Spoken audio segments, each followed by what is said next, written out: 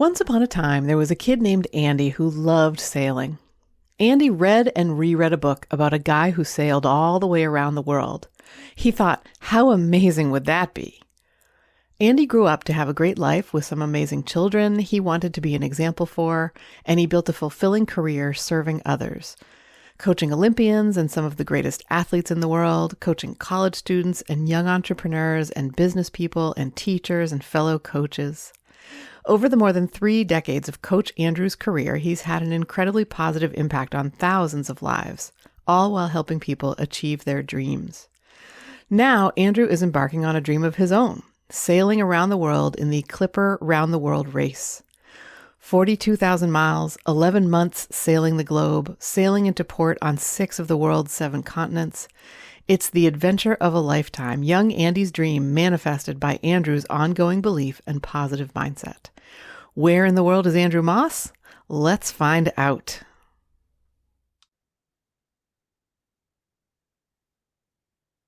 Hello, Andrew. Hello, Kay. It's great to see you. It's great to see you too.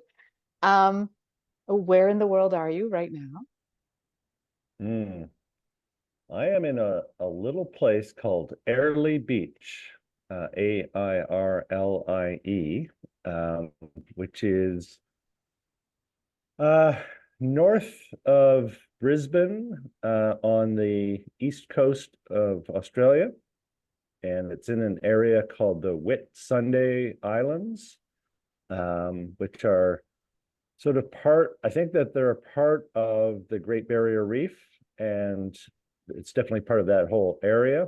And a beautiful place, as you can see in my background. That's that's not my actual background right now, but that's what it looks like here every day. Um, Beautiful blue ocean, tropical islands and beaches, and yeah, it's quite a remarkable place. So there's a big marina here for people who pleasure cruise in this part of the world, and so we've been very fortunate to be taken in here, and for this last stop on our Australian journey. Wow, that's wild. I mean, Mm. like it is snowing here. It's really cold, here in the eastern Mm. United States. And that's something I got to thinking about is you're basically not having a winter this year.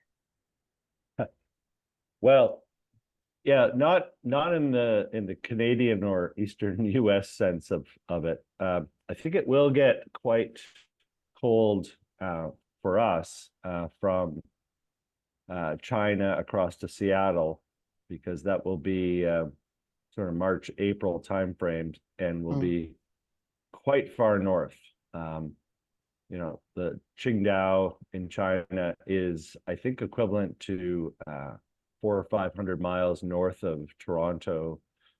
Oh, So wow. Okay. So, there could be some real weather, and then the routes that we take, are not sort of the straight line route that if you drew on a flat map on a wall, that's not the route we take. It's a much more circular polar route. So yeah, we've heard that it has snowed on that leg before. There's days of sort of 2 degrees, 5 degrees Celsius. The water is very cold, so it'll be miserable. But okay,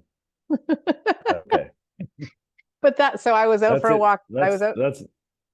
That's not for a few months, so I'm not there yet. Oh, okay. All right. Well, it's just interesting because I was out on a walk the other day and it was like 9 degrees Fahrenheit or something, which is pretty close to, zero. Mhm.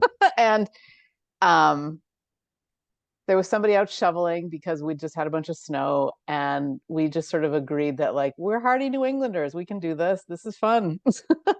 But from what I was just hearing, I don't know. Maybe it'll be interesting on the boat to have snow and to have stuff like that on the, I don't. We'll see what happens, I guess, right?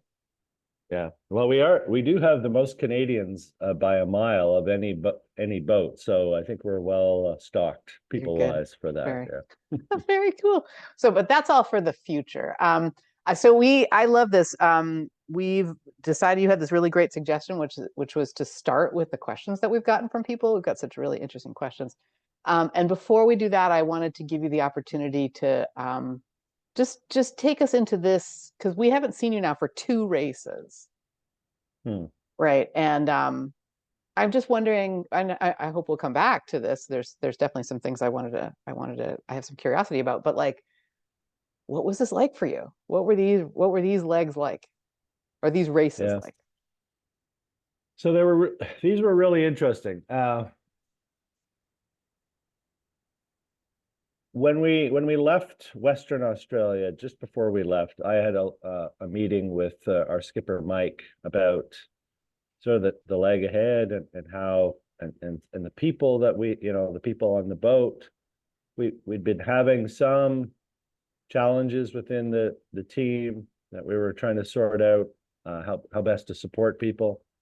And then we had a big group of new people. I think we had 8 or 9 new people join in Western Australia. So we were trying to figure out personality wise, like based on what we had knew about them from training, how would they fit into the team best, which watch system would they be better with. And one of the things that both he and I realized was I was pretty exhausted at that point from some of the people side of things. And I think I've talked a little bit about that. Yeah. And we hadn't been performing very well as a from a racing perspective. And so there's another guy on the boat, Justin, who's from Australia, who he and I are very similar personalities. He's very good at talking and listening to people, very calm and able to sort of manage conflict or manage people who are not feeling at their best. Mm-hmm. So we made a decision that Justin would take on the people leadership role, the watch lead role. I would sort of assume a new role, which was more of the performance lead. So we would still have 2 watches, and then we'd have this third position, which was like really being somebody that Mike could lean on from a racing perspective, to try to get the boat performing a little bit better. So that's the starting point, is that I have sort of assumed a new role coming out of Fremantle that was quite different, right? And so that took some adjusting on my part, because I still had to have the support and collaboration of everybody on the boat to try to do some new things or to try things in a different way, so that we could see if we could get our performance better. And I still had to convince Mike, or Mike and I had to work really closely together, and Lottie, who's our assistant skipper, to come up with a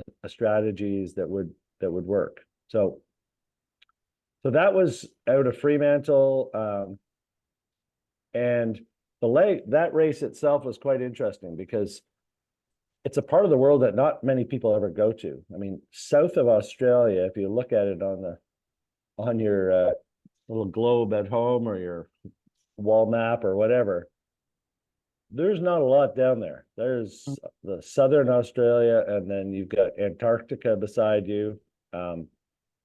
No shipping channels and lanes down there, no boats at all. Wow. So there's nothing. Like, there's some wildlife, and then there's basically just 11 little boats bobbing along in the ocean. And most of the weather comes from the south, from Antarctica. So when it does come, it's not pleasant. It's cold and really windy. But in this year's race, we had the first week of it was sort of a huge high pressure system that was just sitting off the southern coast of Australia, which meant we had quite pleasant weather, but almost no wind for most Not a of it. great sailing kind of, not No, great sailing kind of no, weather. no. Yeah. So all the boats sort of tried to figure out a way to get to the closest storm they could find, and a couple of the boats got to them first and ended up, like, I think the first place boat was 2 days ahead of the second place boat, which Yes, yeah, that's right. normally it's like hours, right? So that was kind of weird. But yeah, I mean, in the end, once that weather system broke and we got close to Tasmania, so if you look on the map again, Tasmania is off the southeastern coast of Australia. We went around on the outside of Tasmania before we turned north. We had some wild weather down there. Probably definitely the biggest seas and winds I've ever seen. Really? So Okay, that was okay. fun. Hold on. Like, what does that mean? Like in terms of, yeah, what does that mean? Yeah, so that would be in the sort of 60 to 80 mile an hour winds, and waves are probably 20 to 40 feet high. Oh my Yeah, gosh. 40 which, high. yeah, yeah, there was a moment that I realized, like, it was quite and the wind was from behind us, which was great because to go into that would have been almost impossible. Yeah. So to have it behind was fun.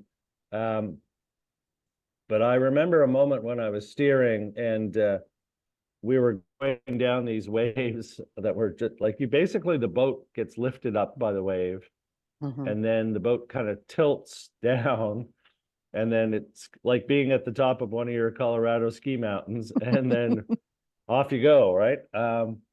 And the most important thing is to not stop, like to not let the boat slow down too much at the bottom, because otherwise the next wave hitches up way too quickly. So Mm, the goal is to sort of to use the skiing analogy, is ski out of the bottom and keep some speed going mm. so that until the next wave eventually gets there. So anyway, as I'm steering, I noticed that my whole crew that's sitting in front of me are all looking backwards, but they're looking like way over my head. And so they have this look of sort of amazement in their eyes. So they're all looking at the waves that are building that are like 20, 30 feet above my head, Oh my the top of God. the wave. And they're watching these. And I have to just keep the boat going straight. And so that was an interesting moment. That was it was about 3 days. 2.5 to 3 days we dealt with that storm. And Wow. um, it was pretty exhausting by the end of it. And then eventually we made our way up the east coast, or the east coast to Newcastle, Mhm. which is maybe 100 miles north of Sydney on the coast, on the southeastern coast. So we're all very happy to get to Newcastle. We performed pretty well on the leg. I think we performed better for sure. We made better decisions. I think people started collaborating better. Mhm. Um, and it was also an interesting leg because we celebrated Christmas and we celebrated New Year's on the boat as a crew. Yeah. So yeah, thank you to all the people out there who helped contribute some video to my Christmas video gift. That was very nice. um, but yeah, so that was different as well, to spend those holidays not with your own family, but with this family that's been put together on a Yeah. sailboat. But I think we had a great time. We made the most of it. We had some decent weather for those 2 holiday days, so that was a nice bonus. Cool. Um, yeah, so that was the first race to Newcastle, and then we had a nice stop in Newcastle. Managed to get down to Sydney and saw Monique for I think about a day, and then we left to come up here, which was just a very different race because it was only 6 days. Only 900 miles, so it was a bit of a sprint for us, which was fun because there was basically boats within sight all the time, and um, there was two different routes you could kind of take to go up the coast. One was sort of much closer to land, and one was out in the sea. Uh, we talked it through and ended up taking the outer route. And then about halfway up, we noticed that the boats on the inside starting to get some better winds. So we actually kind of changed plans midway and came in, which was actually a really, really good move because the guys who stayed out the farthest, which were three of the boats that had been winning the previous races, they all ended up finishing at the back of the pack by quite a bit. Like they were half a day to a day behind everybody. And we ended up sixth place. We got penalized. Unfortunately, I think it was 2 hours because of a mistake that our skipper made at the start of the race, which was he had identified the wrong marker for the starting line. And so we thought we were having a great start, but we were having a great start using the wrong marker at the end of the line. So we were a little bit over the start line at the starting signal. Yes, big oops. And those 2 hours, unfortunately, there was two boats within 2 hours just behind us that we had been battling with for the last couple of days, and we had held them off. But they were close enough that those 2 hours made a difference. So the official placing, I think, is 8th, but we were the sixth boat across the finish line. So it was good. It was fun. It was challenging. The crew figured out some stuff in terms of how to race better and work together better. But then, Airlie Beach is a new start because we lose about 8 people and we gain another. Actually, we're losing 9 people. We're gaining 8 people. So wow, we got a whole new crew to start with. Yeah. So definitely some things I want to come back to after our questions. But I think this was a really fun way to, to start, just to hear about what's happened for you. And it's just so, for me personally, like, it is such fun to just hear the descriptions and see. So I was in a museum yesterday, one of my favorite places in the whole world, the Norman Rockwell Museum. And the tour, I took a tour of some of the paintings given by a really, really knowledgeable person who works in the museum. And I got to talking at the end of it about what you're doing. And this guy was just like, oh, like the look on his face was of such, I don't know, just possibilities. And he was like, well, I'd probably be too old. And I was like, oh, here, because we've talked about before, like you're one of the youngest on your watch, right? Or whatever. That was what you said. I remember once. And to hear you describing it and see the expressions on your face and just how you're talking about it, I think even with the tiredness, and you've even got a little bit of a, sounds like a little bit of a cold or something right now, and there's still this like, wow, for you. Yeah. Well, I think you'd have to be dead to not be out in nature and just be in awe of what it's capable of. Yeah. And I've said hundreds of times to people that one of the things about sailing that I love most is that it is a perfect analogy for life, in the sense that Mother Nature presents you with all of these challenges, and you can't do anything about it other than choose how to respond. Right? Yeah. And to do it on top of that, to do it with 19, 20 other people, some of whom you would choose to do it with, some of whom you might not do in normal life. But even that forces you to respond and adapt in new ways and figure out how to work with people as a team. So much of it is relevant in our day-to-day lives. But when you're in it, it is awe-inspiring to see what's possible and to connect, with nature, and to be out there and to be as isolated as we are. Yeah, for me, it's still, that part will never get old. Never get sure. old. Yeah. Woohoo. Okay. Well, to be continued. So, the questions. So my partner, Ben, has a question. Great. The 26-time winner of the Husband of the Year award asks, how is the boat set up below decks? Because we keep hearing about the cockpit being swamped. Like, I don't even know what the cockpit is. This is me saying. But how does everything down below not get swamped? How do you protect things like computer equipment and like the galley and stuff? People trying to sleep. Yeah, that's a great question. And some of the boats have actually suffered quite a bit of electronics damage, and it's a concern. So there's one main entranceway from the deck level. So the cockpit is sort of at the deck level of the boat, so the level that you would walk around, and it's sort of an area that's got a little bit of depth to it, so you can sit down, and you can probably fit 16 people within that area on these boats, these 70-foot boats. So there's a decent amount of area there. And that area flows all the way back right to the very end of the boat, the stern of the boat, so that any water that comes over the top of over the boat or onto the boat kind of just flows out the back and back into the ocean. But there is one sort of stairway down from the deck to below. So that's sort of the passageway that we use to come and go. And we can pull a cover that covers up that area quite well, so that the waves don't end up going down.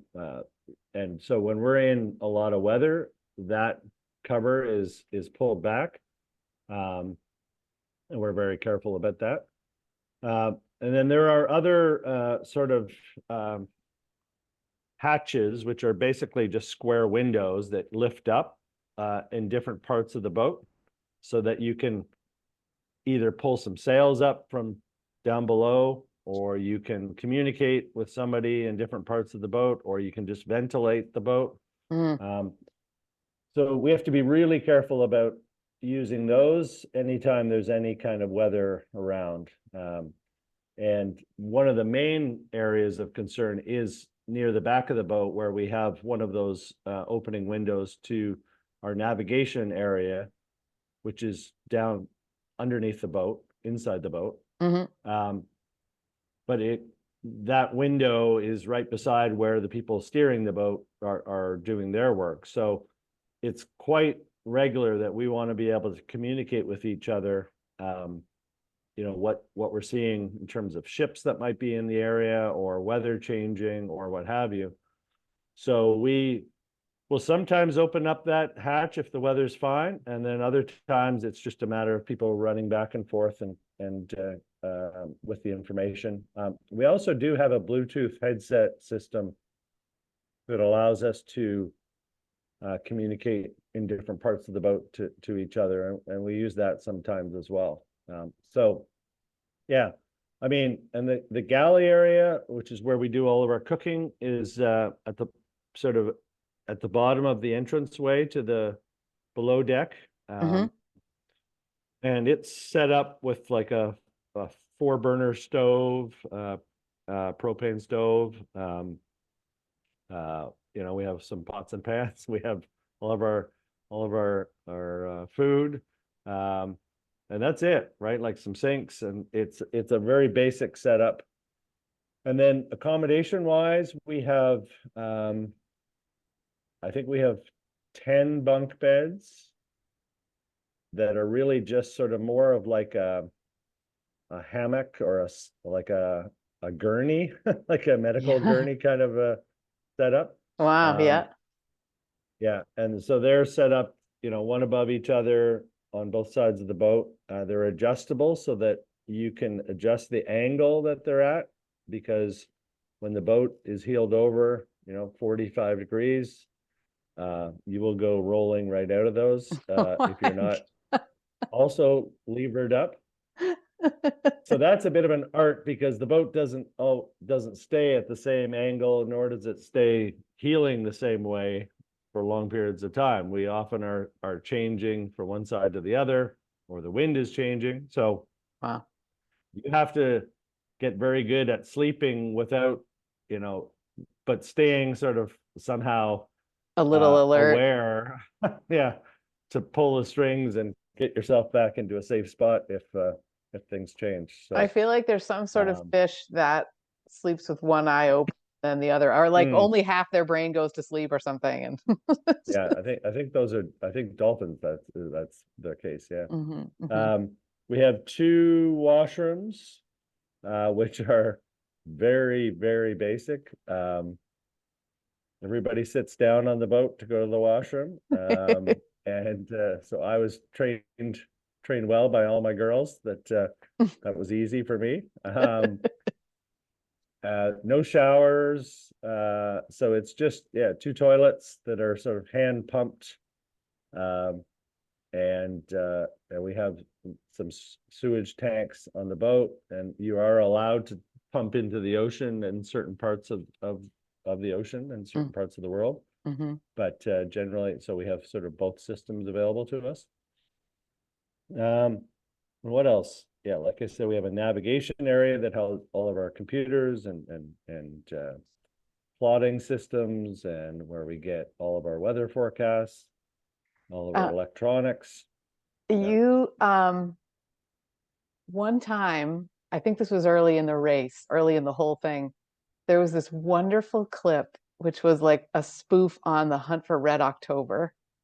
I don't know if Yes. you were a part of that, but oh my gosh, that's a movie that I know very well. I've seen a lot of Mm. times. Love it. And it was so it was just such a great little, it looked just like it. It looked just like the submarine. Yeah, we have some very creative people on the boat that put that together. They did very well. Yeah, Yeah, yeah, that yeah. was So I think that's other than that, Ben, I think and then the very bow of the boat underneath is where we store all of our sails. And so mm, yeah, so if you imagine walking through the boat underneath, and underneath the inside part, yeah. it's sort of sail locker, and then it's galley area, and then it's accommodation, and then it's navigation area at the very back. And that's Mm. below deck, um, how it's laid out. What is a bilge? Bilge is so when you're walking inside the boat, hmm um, underneath the floor that you're walking on, there are some um, open areas uh, between the floor and the actual bottom of the boat, the actual hull of Okay. the boat. Yeah. There's a gap, quite a large gap, all the way from the bow to the stern. There's a gap there, and those areas collect water that comes into the boat. Either comes in through waves that might just sort of find their way in, or from people. And oftentimes we're very wet at the end of a watch, and so there's a lot of water being brought into the interior of the boat that ends up going through the floorboards that we're walking on, because they all have sort of Oh, holes to allow the water to drain. yeah. And then they collect into these bilge areas, which are just sort of collection areas. And then on our boat, we have pumps in every bilge. We have both automatic pumps, and then we have manual pumps to be able to empty those on a regular basis. And so Mm. every watch, well, basically all day long, every day, somebody's job is to make sure they're all pumped out and dry. Um, That is really cool which because, yeah. Go ahead. Go Yeah, ahead. Sorry. no, I was going to say that some days that means you don't have to do anything because it's been hot and sunny and there's nothing really happening. And then in some of those wilder weather days, it's a full on job. We usually have two people at a time doing that job, and it's pumping. It's sometimes also buckets, and just Oh, sort of making sure we get all the water out so that the boats doesn't have any extra weight. yeah. So yeah, that's the bilges. So I I think this was something that was just like forming, has been forming since I've been talking to you. Is like you hear about condensation in cold weather, and there's just dripping, and you're getting dripped on while you're trying to sleep and stuff like that. And I was just sort of like, where does that go? So this makes sense. The other Yeah. reason for me that bilges come up is because apparently something that I've read from one of your crewmates is that Skipper Mike sometimes will say, "Are you here to empty bilges or make the boat go fast?" And I just love that expression. It's a like I've used it in my own life. What am I doing here? Am Yeah. I you right? Yeah. Yeah. Yeah. There are moments that people need to be reminded why they signed up for this. And people, including myself, like there are times where you have to just get back to what it was that inspired you to want to do this in the first place. And Yeah. yeah, and there's people who are yeah, prefer that to be inside the boat when the weather's nasty. But the reality is, the boat requires at least 7 or 8 people to sail it at all times. And so everybody needs to be willing to get up there and go through it. Yeah. And sometimes they just need a reminder. Yeah. Yeah. Super cool. Excellent. All right. So the next question is from these are now from these next questions are all from within the Facebook group. So the Climb Aboard Andy's Adventure Facebook group. And this one's from Alexandra, who asks, what would you say to people that are in situations where it seems like they can't continue with a dream, putting their life aside to take care of someone like parents with dementia, how to listen to truth and potential in the midst of hardness? Oh, softball questions. Wow. Geez. I just took them in order. I Um, wasn't thinking about, moving in as yeah, yeah. Well, this is a really fascinating question because it's something our boat is dealing with right now. In that we're losing right now, or that we've lost 2 of our I'd say our stronger team members mm, to to changes in their family's health situations, right? And so mm, um, so and we've had other people have things happen, and they've made different decisions in terms of whether they were going to continue on or not. And well, and hello, Alexandra. It's great to hear from you.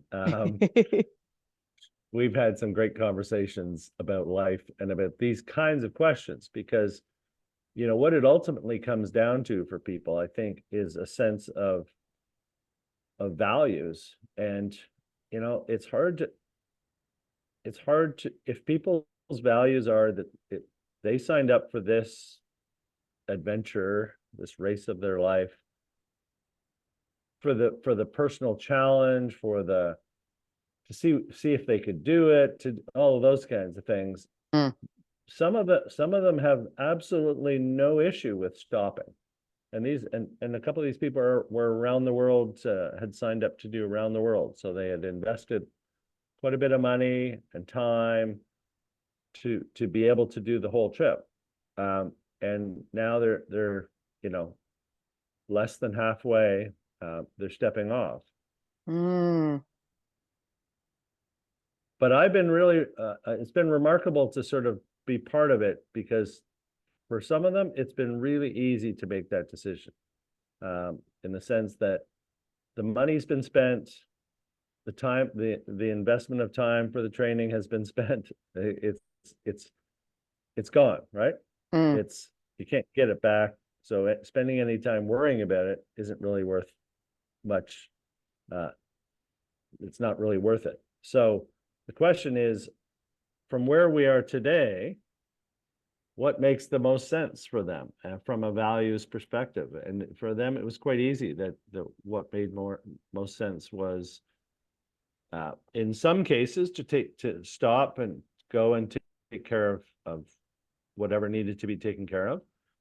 But for other people, it was no. I have family. There are support systems at home.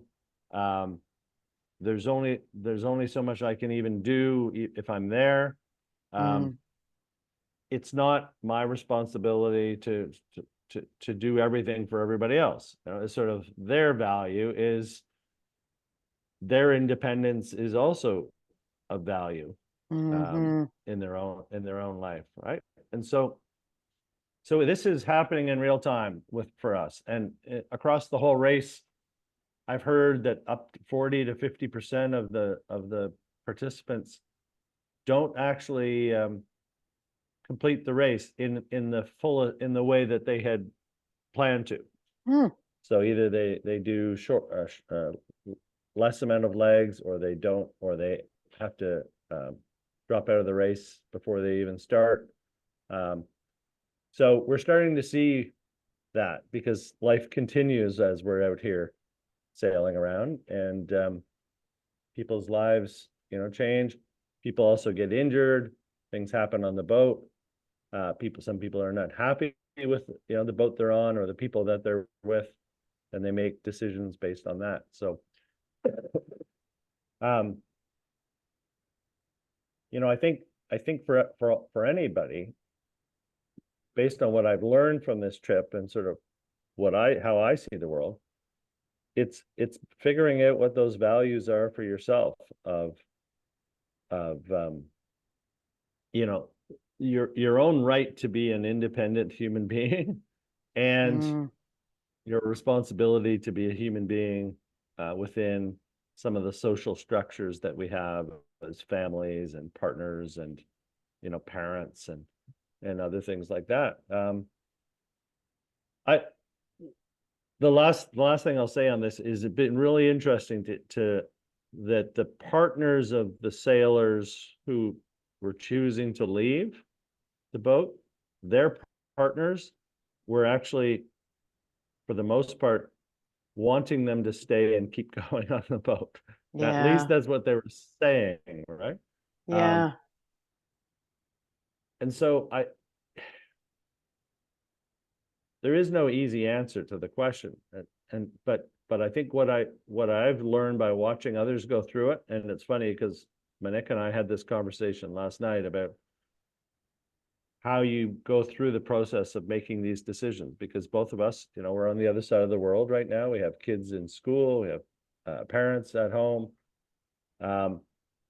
It's how do you make the decision on when it's time to stop and get on the next flight, and when do you make a decision that the situation there is in hand and there's not much we can add to it, and so we keep going, right?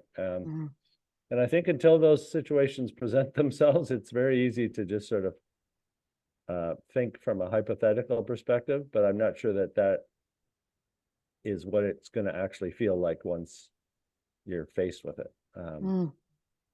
So a roundabout way to say, I think you have to know what your values are and have as much information and talk to as many people that are involved in the situation to see how best to support people around you, whether it's your parents, whether it's your loved ones. But I think we're all doing, living our lives in a way, hopefully, that is also about fulfilling our own potential, right? And not putting that on hold, completely in service of others. Wow, that's very well said, Andrew. Alexandra, I just want to say I feel a lot of solidarity.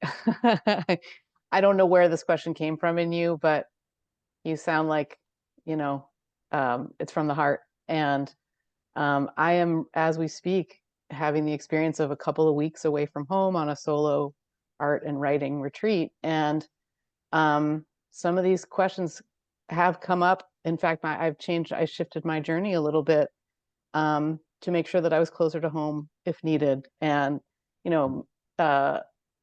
it's just been really interesting because, like, Andrew, what you're saying about the understanding the independence and the sort of, and balancing that, right, with like the loved ones and the needs, and I mean, the conversation that my partner and I have had a lot is like, what can we really do anyway? And how can we best support? And so I just hope for you that there's a way you know, that you can, uh, I don't know, find something for yourself that feels right. And that means that if it's about you, for whoever this is in your life, right? Like something that feels right Yeah. and something that kind of addresses that balance so that you're doing what feels best for you and best for them, you know? Mhm.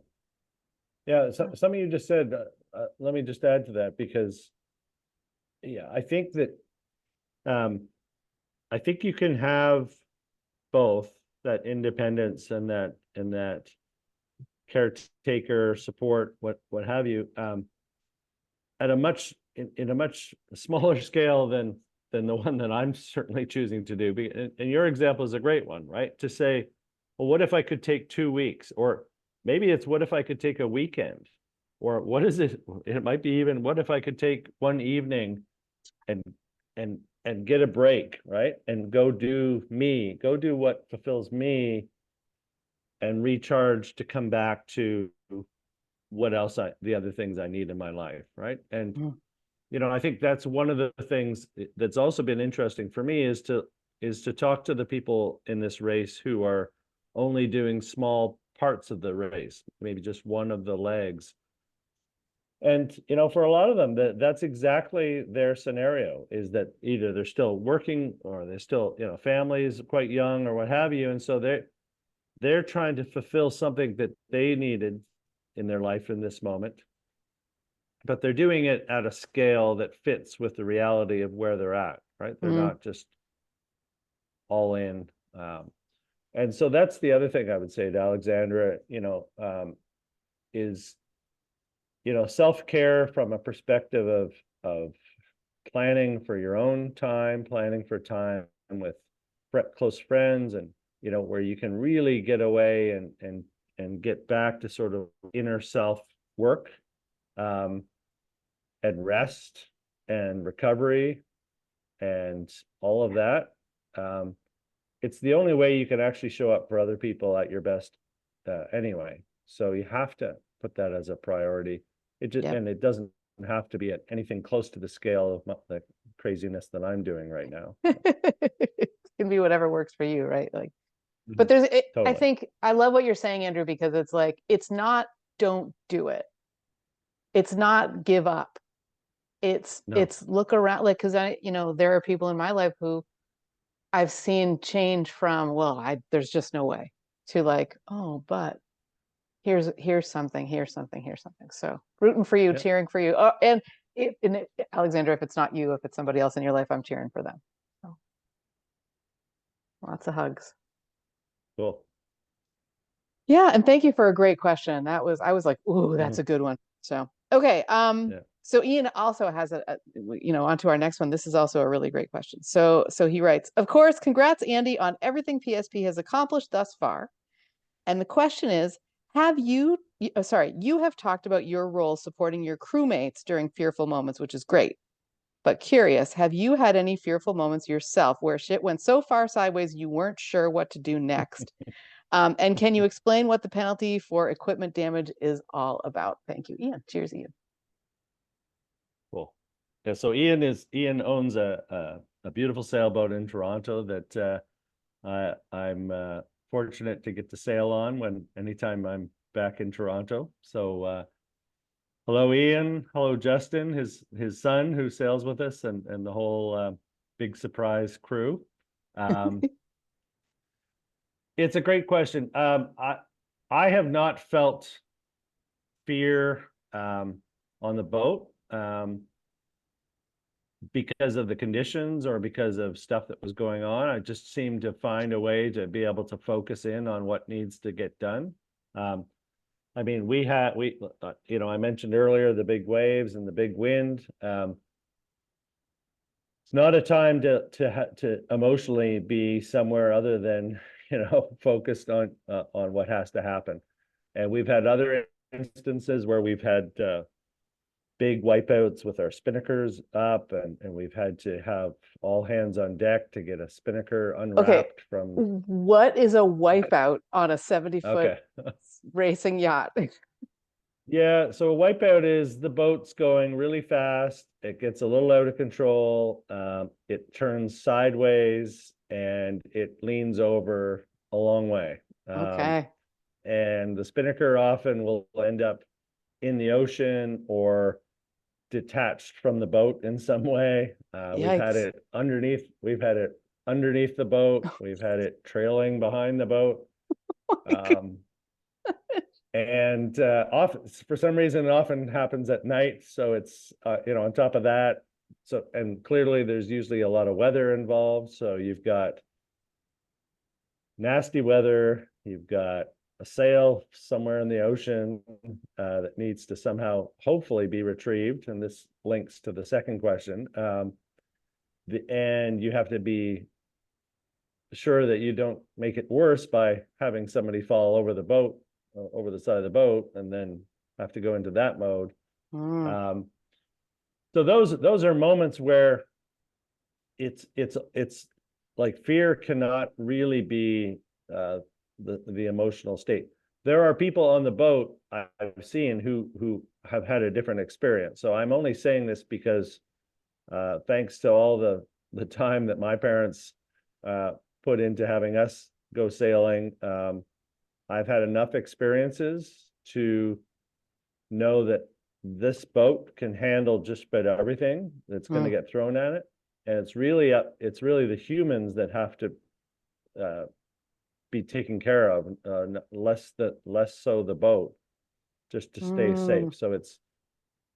So for me, the only thing that has been of high anxiety for me, and I think I've talked about this a little bit before, is trying to figure out who else is ready and capable and uh, to help keep the boat going through those difficult times, right? mm. Who's willing to steer the boat through 50 knot winds and huge waves and all that. And so you kind of have to figure out who people are. You have to prepare ahead of time to make sure lots of people are getting experience and getting help to develop their skills.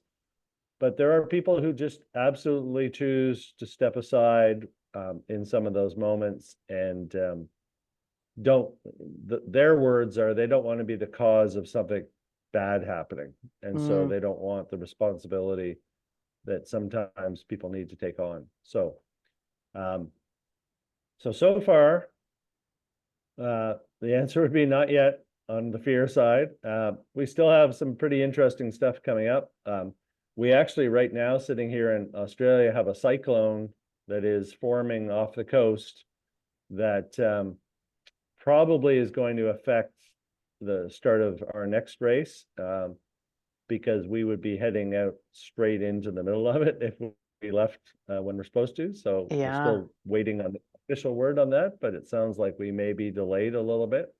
Um, Like hours or days or weeks? I mean, if they delay us, it will have to be days, multiple days based on the forecast. So that's the tricky part right now is if we left, actually, if we had left a day early, which would have been leaving tomorrow, we would have probably been okay. But ah, for apparently for a variety of reasons, that was not practical. So now we may have to wait 3 or 4 days before the system has cleared through. Um, oh, so so I only bring that up to say that those, there are some types of weather and some types of storms that absolutely deserve full attention. And you can be fearful of them sort of, in advance, but as you're getting closer and as you're getting into those situations, you really have to find a way to stay as focused and present and calm as possible. So that would be yeah. my answer. Well, it's so Yeah. interesting because I love this. I mean, what you're saying is there isn't you. I think you literally said like there is no fear. You're just in it. And like I'm now in me, you're talking about the cyclone and what you might do, and I'm like, but what if there's a cyclone when you're already out there? What if, right? And I'm feeling these like, holy Yeah. crap, like, oh my God. But when you're in it, I drove through a snowstorm the other day and I was like, well, now I'm just in a snowstorm. Like, yes, I had been worried about it. Yes, weather was a concern. But once you're in it, you're just doing it. Like, it's just not. And I'm fascinated with that. Are, Yeah. are you finding that the challenges that you're seeing with the folks is is a little bit fear-based, that they're like I just I just don't want to, what you were saying before about have the responsibility, or is that from a Yeah. place of fear for them?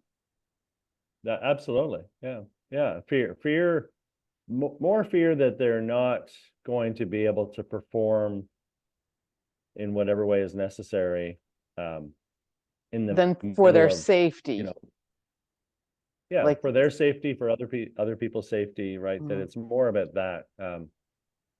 But I also think in general, people live a lot of their life, in, you know, in this idea of, future events, yeah, um, um, and what they perceive those events, to mean or to be. I think yeah, I heard somebody say that fear is future events appearing real. yeah. um, and it's like, well, whatever that, you can make up a whole story about what might happen, but, um, I think there's a big difference between that and having respect for what is ahead, whether it's a snowstorm or a cyclone or just, a big weather pattern or a job interview or a first date or a whatever. Um, but it's like there's something about, going into that, and seeing, what's possible and seeing what you're capable of. And there's a little video that I put in the Facebook group that my friends in Chicago had put together, and I've forgotten that I had said those words, but it's like the difference between wondering if you can do something and actually being excited to find out if you can do something Yeah. is, to me, very similar to the difference between being, stuck with fear and being acknowledging it but going ahead anyway. Yeah. Yes. Yes. Right? Yes. It's the same thing, right? It's, if you can't, fear is just this made up set of thoughts. Yeah. And so you either say, okay, well, there might be some reality in those thoughts, but I won't know until I actually move ahead and go and confront them. Um, or I'm just going to be stuck here, Mm, consumed by them. And we all know people who spend a lot of their lives consumed by thoughts that are fear-based or otherwise negative. And most of the time in life, I've found that most of those things don't actually play out the way that our fear thoughts had constructed them. yeah. They Yeah. they they play out in very different ways. And so, yeah, I mean, it's a great environment to test that, because Mother Nature is so completely and utterly in charge, and she's pretty relentless sometimes. Mm, Um, but that's not an emotional state that I've found myself in, and anytime I have crewmates, as Ian alluded to, I think the best thing I can do is to try to be somebody that they feel is calm enough that it helps them calm down. It helps them have some reassurance mm, that things are going to be okay, and that even if they don't want to steer the boat, that they can still provide value and contribute in other ways. Um, so yeah, that's sort of my answer there. so it comes up for me that so my 23-year-old is in paramedic school, and he also Mhm. works in an emergency room. Lots and lots and lots of complete, it's just like Mother Nature. You have no idea what is coming through the door at any time. And you were saying something before about your folks. Like, you've just done so much sailing. You've done so, and there was really good training for the race itself. Like, and Max has said, you just do things until you don't even think about them. You just Mm, like, you practice things until you don't even think about them anymore. Now you know how to intubate because you've done it again and again and you know that there's like these flow charts almost that you have for, like, when this happens you do this, when this happens you do this. You don't even think about it. You just go. right. Yeah. And is that, Yeah. That's me on the boat. Yeah. yeah, Yeah. I yeah, mean, I'm not. I'm not in a thinking mode. I'm more in a responding mode. And so that comes from a different place. It comes from a Yeah. experience. It comes from, just actually having sort of a calmness of mind to be able to assess what's going on and what might need to happen first.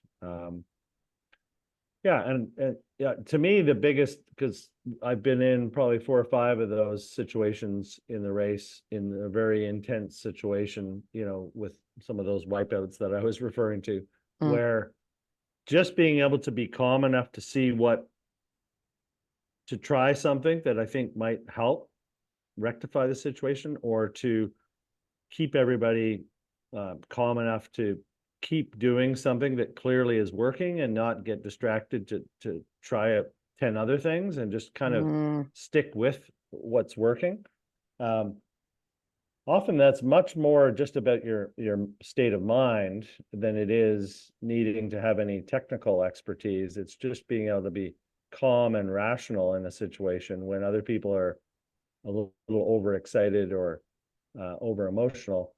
Mm. So it's a bit of, yes, the 10,000 hours of training idea that you become a master of something at a certain point.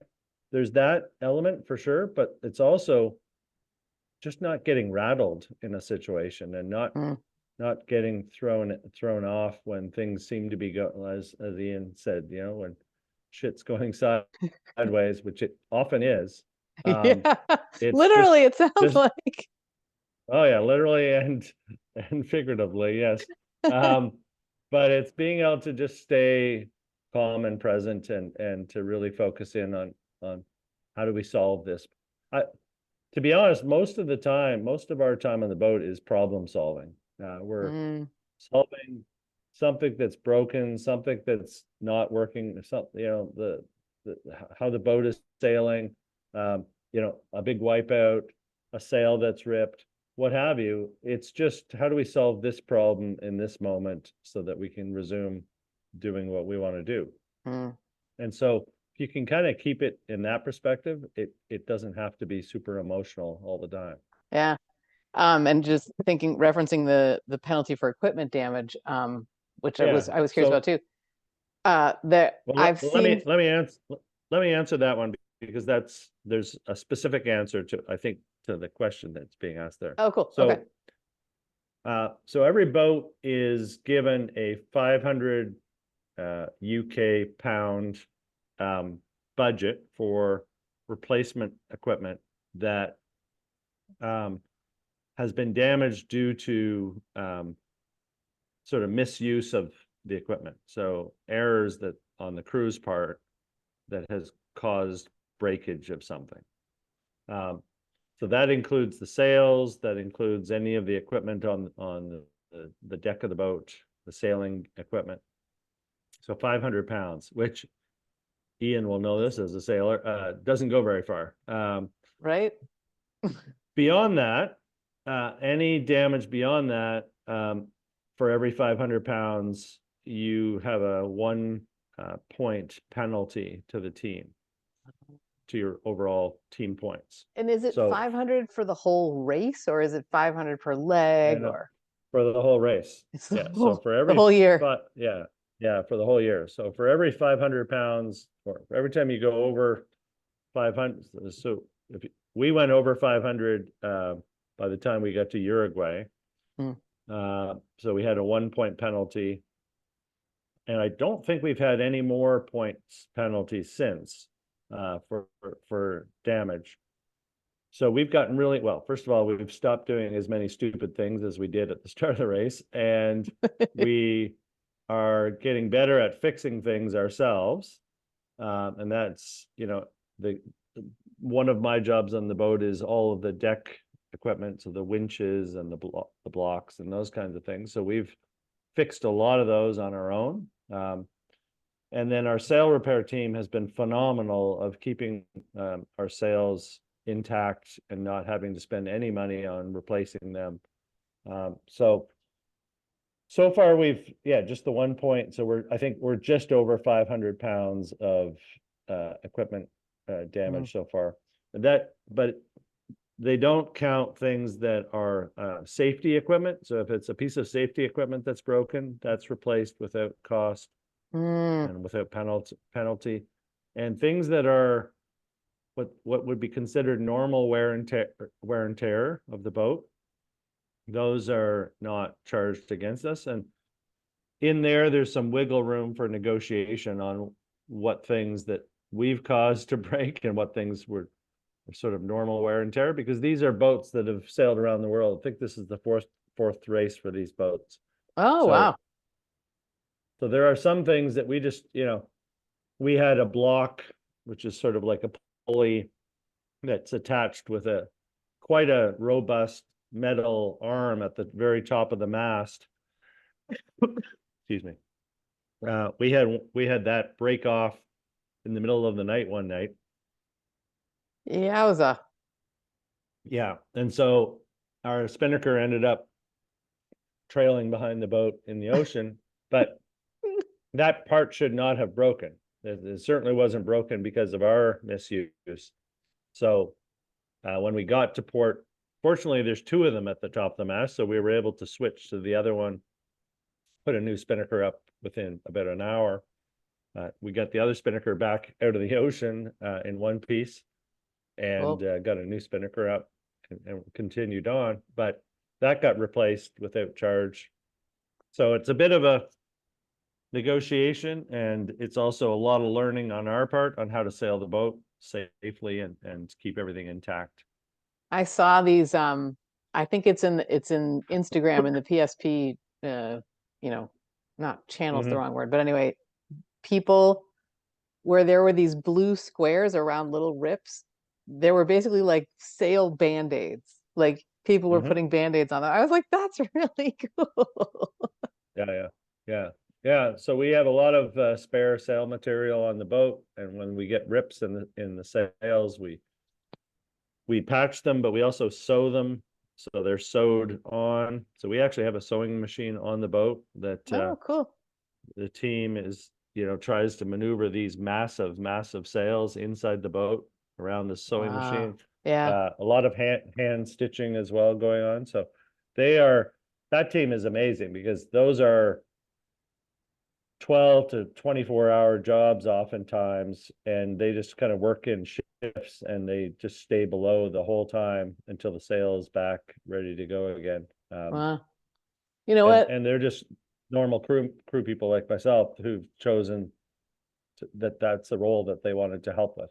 Yeah. Well, I think what you were saying, your role is bosun, right? Is that the word? Yeah. That's when you're repairing the things up on the deck, right? Well, shout out to the sail people. Definitely. And it comes into the next question really well, I think. What you were just saying about how they'll just commit to just doing it until it's done. Danelle, hello, Danelle. It's so good to hear from you. Danelle asks, she says, I would love to hear about the daily routine. How does the day start? Does the team debrief, and how often? Yeah, that's a great question. So we have the team is split into two watches. Each one has about 8 or 9 people. And let's say the day starts at 6 a.m. So from 6 a.m. till noon, there's a watch on and a watch sleeping or resting or whatever they want to do. And then at noon, so the watch that's been resting comes up, and the watch that's on is already on, and we have lunch all together. So all of us eat together. No, anytime we can, we eat on deck above outside the boat. And we in those lunch meetings have a conversation about how everybody's doing, anything about adjustments we need to make about how we're running the boat, or about how people are any issues that people have with whatever, people who are not cleaning up after themselves, or what we try to air that community stuff meeting. Yeah. And Mike will often give us an update on the weather and what's going on. with sometimes, and we typically one person will tell a story. So one of the crew members will share a story from their life. So you kind of get to know some of the people a little bit more. So that's our lunch hour meeting. And then the watch that's coming on stays on. The other watch goes and gets their rest from noon till 6 p.m. At 6 p.m., we eat dinner normally separately. So the watch that's been resting eats their dinner, and then they come up, and then the watch that's been sailing the boat goes down and has their dinner. But anytime we do a watch change, we spend at least 10 minutes debriefing the new watch on what's been happening on the watch that's just been completed. So like we'll talk about, how the weather's been, any changes to the sails, any changes to the course, all of that kind of stuff. We brief the new watch on what to expect and what we've done, and then we switch. And then through the night we switch to a 4-hour watch. So we do there's 3 4-hour watches. So it's a little more frequent changeover. And each time we do a briefing, and then within so that's sort of the daily routine. Is some days you're on the morning 6 hours, and then the next day you'll end up in the afternoon 6 hours. It's just because there's 5 time slots. It's rotating through every 2 days. You kind of go from morning to afternoon. And then the nighttime watches for me are my favorite time to be up sailing, because it's, first of all, it's an interesting challenge to steer the boat at night, especially if there's no stars or there's nothing yet, because you have no reference point. Wow. You have to sail based on sort of a combination of the electronics that we have, like the compass and the headings that we get, the information we get, but also just the feel of the boat. We have enough lights to be able to see sort of the set of our sails, and then we have headlamps as well, so we can do some fine tuning. But it's a pretty cool feeling to be out in the middle of the ocean at night. Obviously, when the stars are out, it's just spectacular, and it's actually much easier because in the open ocean with no light pollution, the number of stars is mind-boggling, because you basically have 360-degree view of the world, and stars right down to the horizon all around you. You see multiple planets every night, just big bright planets moving through the sky. So, and I think so far 2 or 3 times, I think 3 times we've seen what's Starlink is the Elon Musk internet company. We've seen them launch their satellites into the sky, and it's this stream of, like, I think it's around 35 satellites, perfectly spaced out, all being sent up into the sky. And then I guess what happens is that at different intervals they kind of break off and find their spot that they're going to stay in. But watching them go over top in the middle of the night, the first time, like, I think we all thought we were being invaded by aliens, and it was all over. It was like, what the hell is going on? Wow. But yeah, so back to the routine. So the routine is basically you're either on watch or you're off watch, and when you're off watch, you're either sleeping, resting, eating. When you're on watch, you're sailing the boat, but you also have chores to do. So there's a variety of chores that have to get done every day, from cleaning the washrooms to getting teas and coffees for your crew, wiping down all the surfaces so that we kind of try to reduce the amount of infection that can get around the boat, emptying the bilges, as we spoke about earlier. So jobs like that get done every time you're on watch. And then the rest of the time you got to find a way to rest and recover and sleep enough that you can be functional. So that's the daily routine, and there's a lot of communication between the two watches about what's going on and trying to share information to help each other out. And that's sort of an ongoing thing. Yeah. But I would also say, just one last thing. I would also say that, because I know Danelle being an educator, anytime we've gone through a difficult situation, we do a debrief afterwards, and we really try to think about, what did we do? How could we do it better the next time? Where, if we made mistakes, why, and what could have been done differently? And we try to pre-brief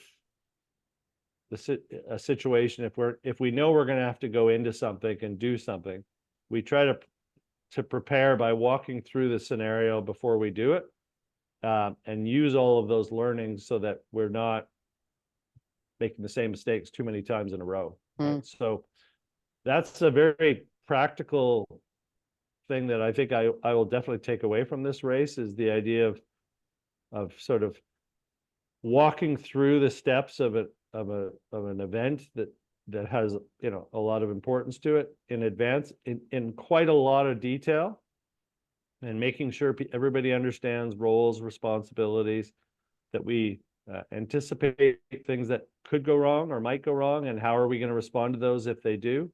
And then afterwards debriefing, how well we executed on that, and that has really helped us evolve as a team in the way we deal with difficult situations, because we have a very advanced level of thinking about it now that we didn't have a clue about when we started the race. Fascinating. I got to thinking as you were talking about, I think it was maybe in the first conversation we had, on this show, you were so looking forward to the simplicity of it, just the simplicity of being out on a boat and sailing. And I wondered how that is actually playing out. Yeah, well, yeah, that's a great question, because it's what I just said sounds not simple, but what's simple about it is, and what I was looking forward to, is that you don't really have a choice of what you're going to do in the moment. And so the daily routine, is really, you're either sailing the boat or doing your chores, or you're resting. Now, resting it might be sleep, it might be lying and reading a book, it might be just sitting around chatting to people, but you're not thinking to yourself, oh, I should be going and getting the groceries, or I should be mowing the lawn. It's like, you're not, there's no conflict about what you quote should be doing. It's like, this is what we're doing.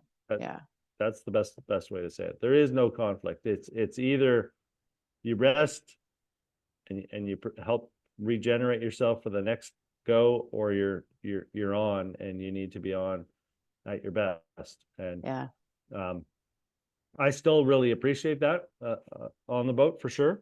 The next race here, once we get going, is 4 weeks of that, which is a long time. And so there are, you certainly get to a point near the end of some of the races where you look forward to having a couple of other options in your day. But I think it's so easy in our normal lives to get overwhelmed by choice, or by options, and by all the ways we can spend our time. And I think all the boat does is it really gives you a container with which to make those choices, and they're all in the direction of what is needed for the boat and for your own well-being on the boat. And so, I think to kind of imagine what that might look like outside the boat, it's, what is the container that you're going to make your choices within, from a goals perspective, from a values perspective, from a things that matter to you perspective, is to understand what that container is, and anything that falls outside of it doesn't even get considered, because it's not even available to you. And I think you can mentally put yourself in that state, that Oh yeah. you can just ignore a lot of the outside noise if you have a very clear picture of what that container looks like, and what should be inside it and what is clearly outside of it. Do you ever think of it this way? That like you're protected from a lot right now on the boat. Like, and so, well, this is, I guess, how I've thought of it is like the things that I've done where it was that wonderful simplicity and it was that, right? I was protected from a lot of garbage that I'm usually not protected from. And so when I'm trying to create something, an experience or something different or something new, I will be like, well, okay, what, what do I, how could I bring in this idea of being protected from? Like, because if you can make it simple and tune out the stuff that would derail you, like that, I don't know, the word protection has been a useful one for me. Like, I don't know if that comes up for you at all, Andrew, but Yeah, no, it's interesting listening to you say that. I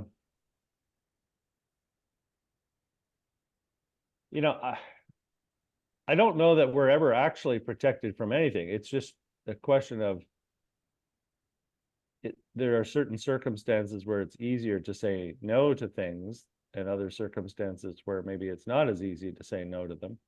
I mean, if obviously I'm fortunate that I don't have, 24/7 news coming at me. I'm fortunate that I don't have, 30 people, emailing, asking for my time, right? So those things, you could say I'm protected from them, but in my normal life, before the boat, I still have the choice of what to do with with all of that.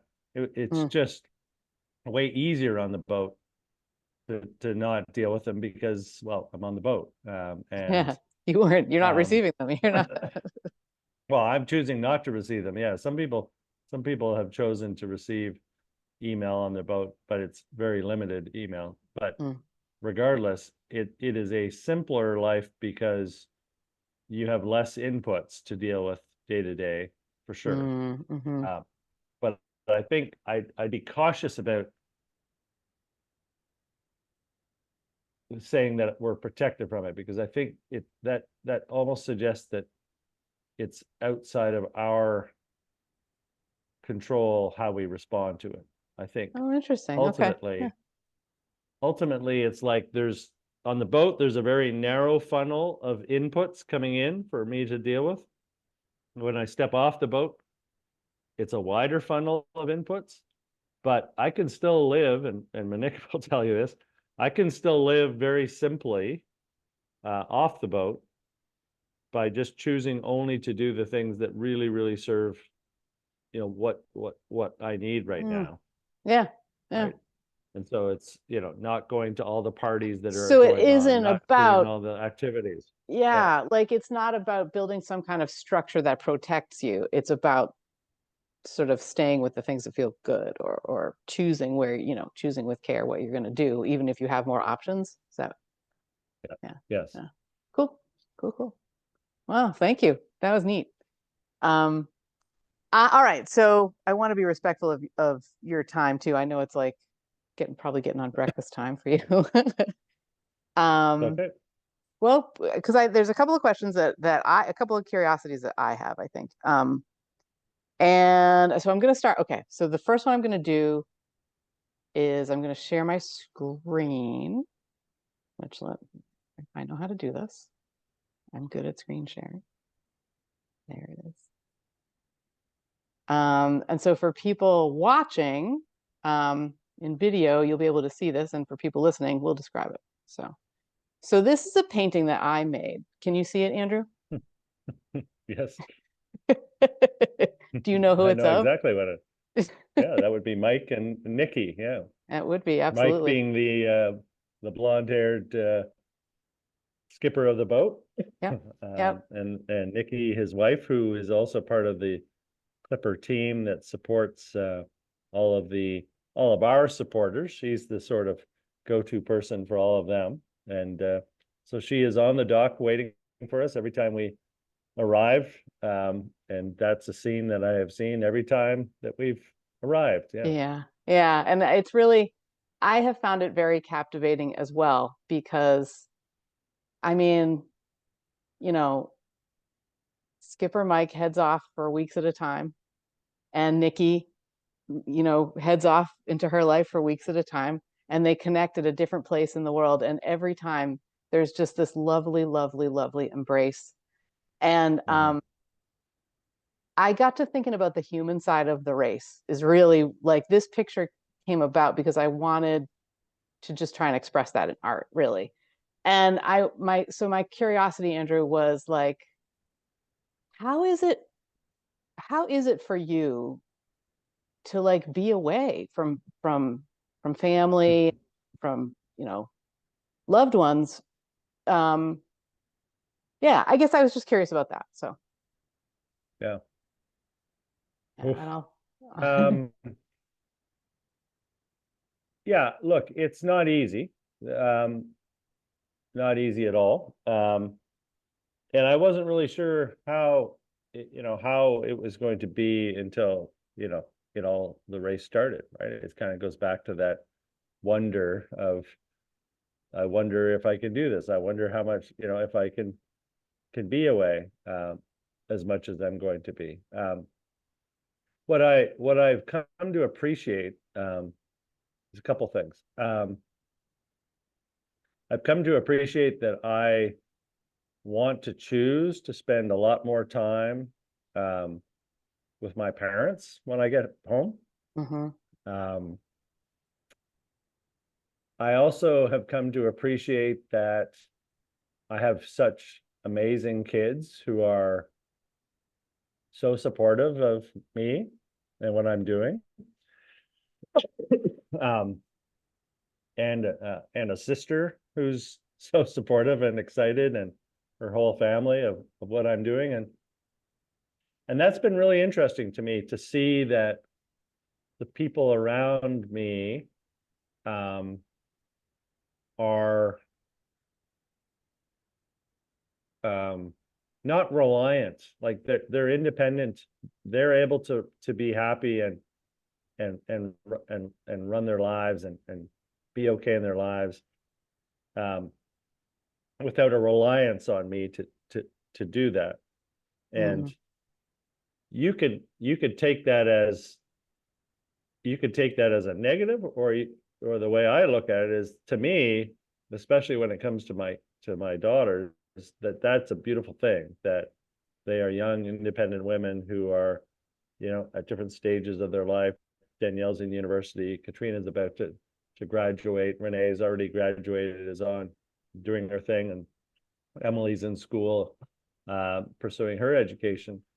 That they're all doing that, and if they need support, we have great conversations when I'm in port, as if it's been just a couple of weeks since we saw each other, and we're just checking in, and so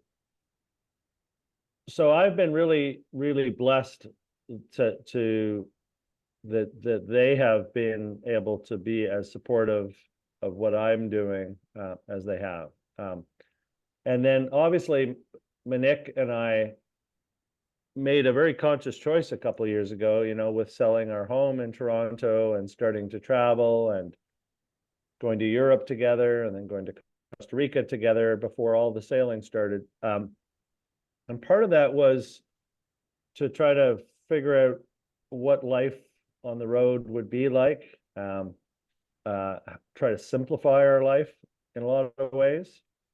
And we were talking about this in the last few days, because this year particularly, and some of the viewers might not know this, but Monique is doing her own around the world trip this year, choosing to do the kinds of things that really fulfill her as she travels.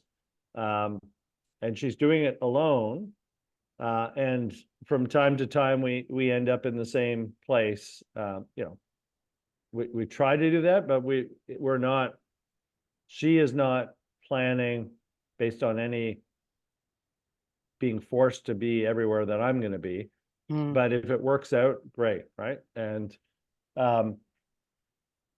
what's funny about it is that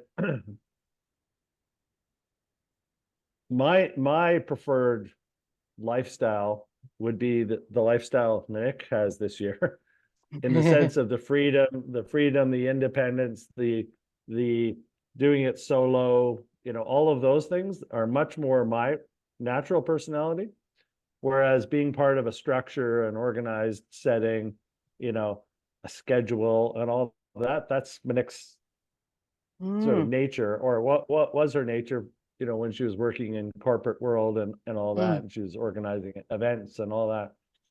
So for the two of us, we've kind of taken this year to explore a way of life that's kind of the opposite of what our nature is, and to see how we respond to that.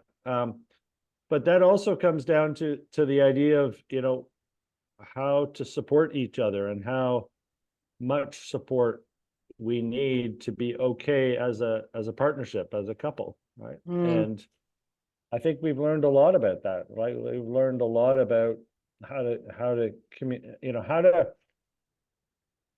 you'll know this, Kay, I think I've probably said this to you before, and we know this in our coaching work, that there's a big difference between expectations and agreements.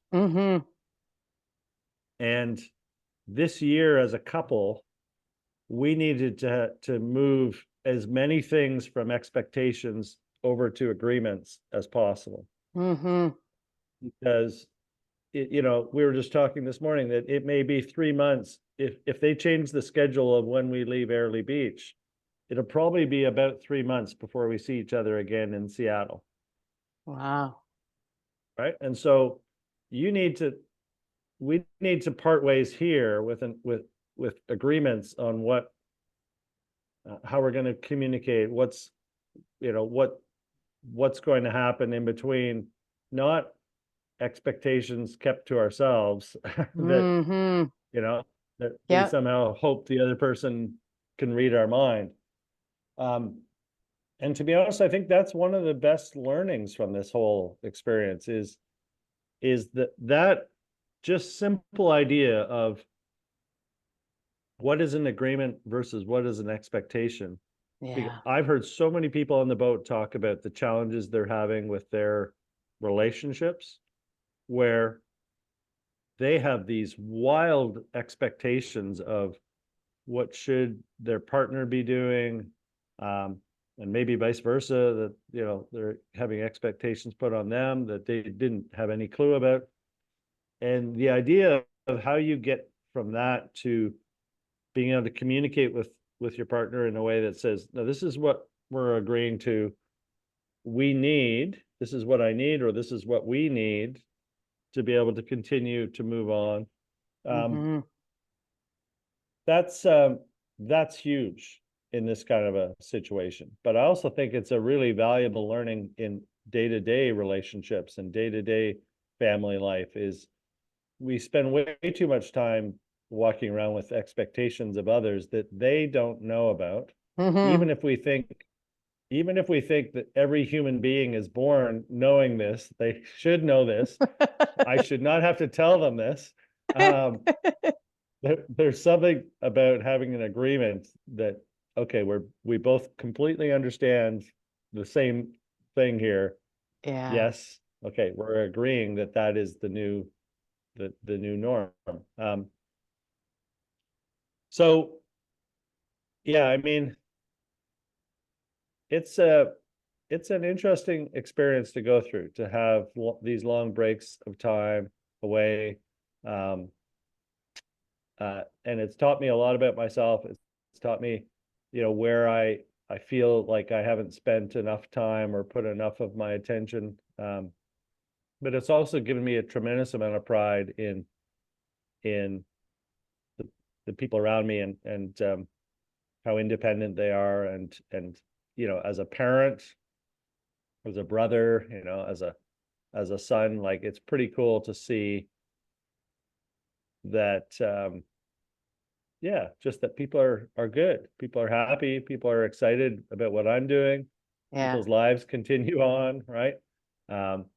Katrina, one of my daughters, Katrina, is getting married 3 weeks after the race. So she's excited to share all the updates on planning and preparations and, song choices and dress choices and, and so to get that every 2 or 4 weeks, it's a lot of fun, and it's a thrilling thing for me to still be able to do that while I get to have this year of fulfilling something that was a really big dream of mine. So Yeah.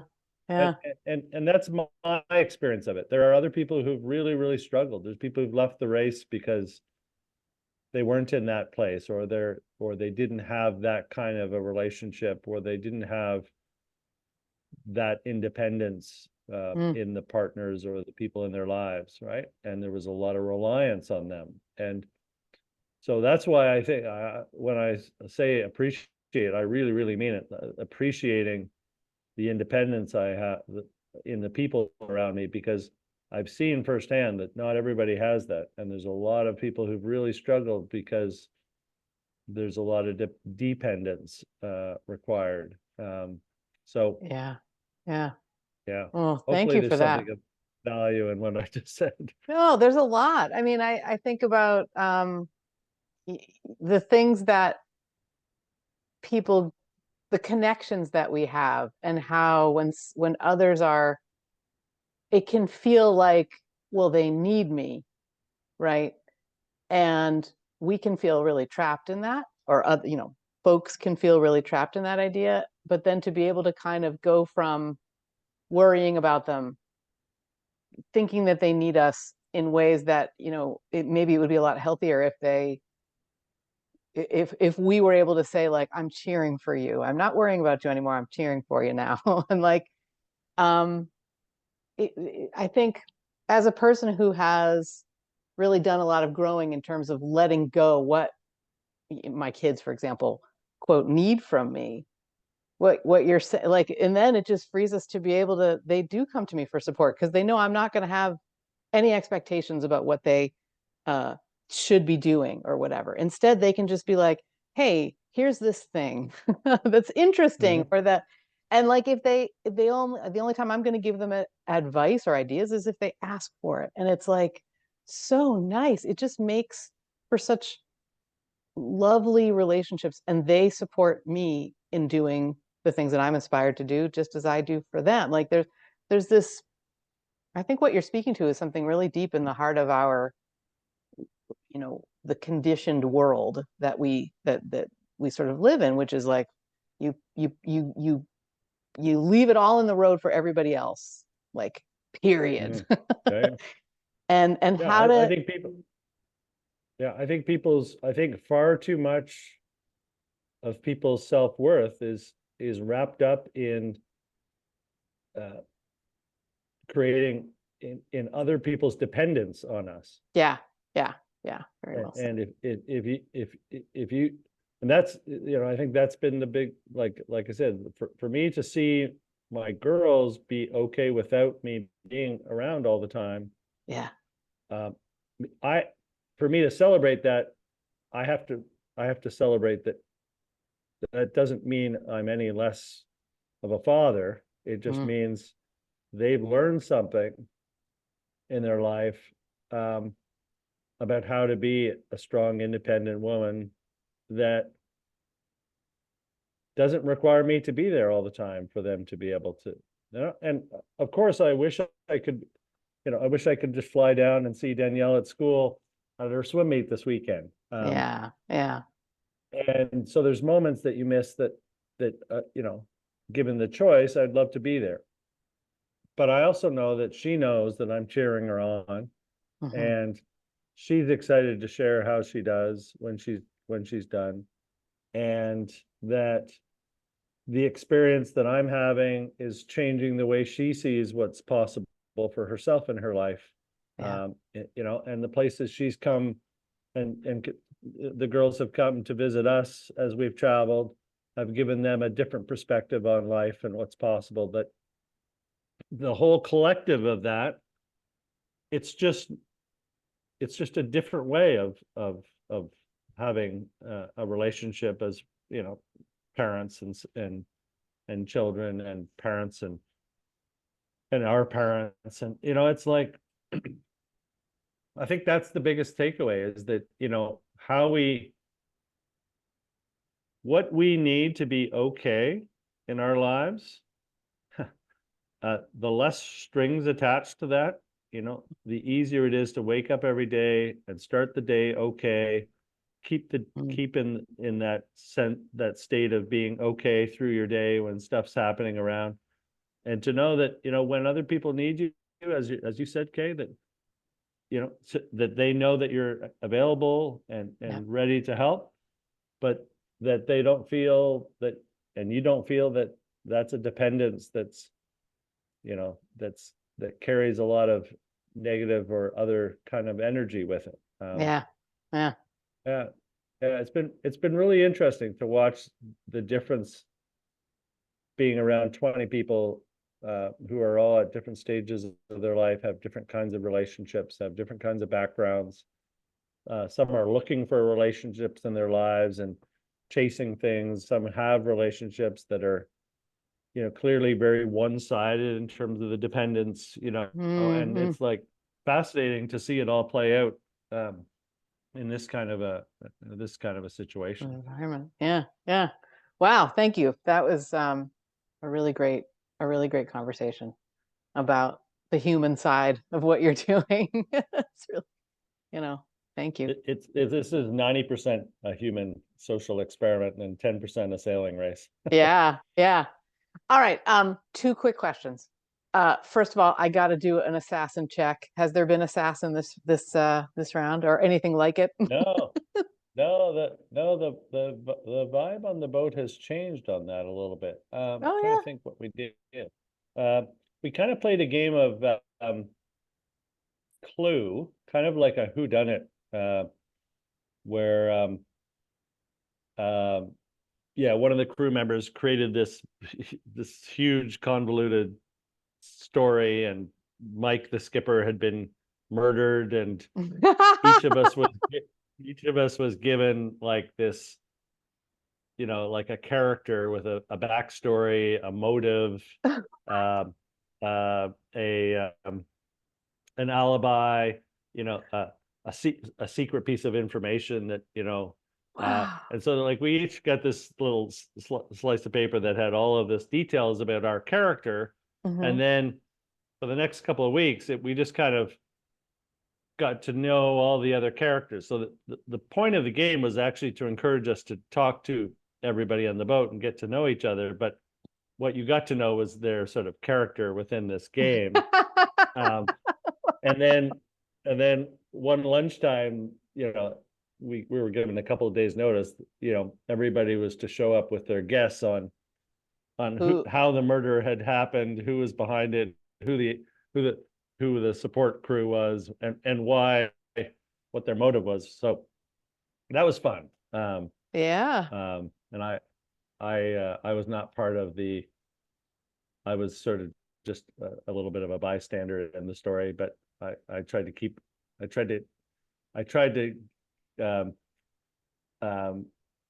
to move people off of.